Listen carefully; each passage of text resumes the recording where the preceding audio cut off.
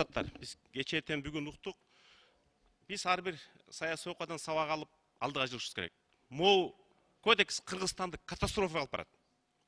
Мындан бир 10 чакты жыл мурун жетегүстө мини грузовой машинеге үстүнө автобусту чаптап алыптыр да.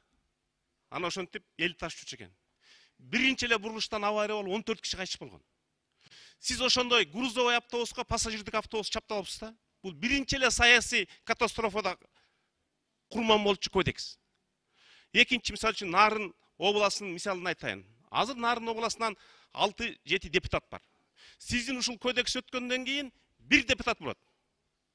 Нарын элинин кызыкчылыгы үчүн 6 депутат кармашкан жакшыбы же бир депутат келген жакшыбы? Сиз элдин укугун азайтып атасыз. Анан жазып коюпсуз, депутат 2 жолдуктан аш депутат боло албайт деп. Мындай укукту сизге ким берди? Дүйнөдө андай жок. Ал диктатордук өлкөдө гана болот, оппоненттерин жок кылыш үчүн. 10 жыл иштеген хирург тажрыйбалуубу же 15 жыл иштеген хирург тажрыйбалуубу? Чапталбай тургандарды чаптап, деги эле иштебей турган избирательный кодекс таап келипсиз. Муну менен Кыргызстан катастрофага барат.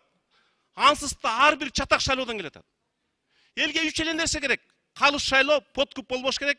Бүт саясий күчтөр келип бияктан иштеш керек.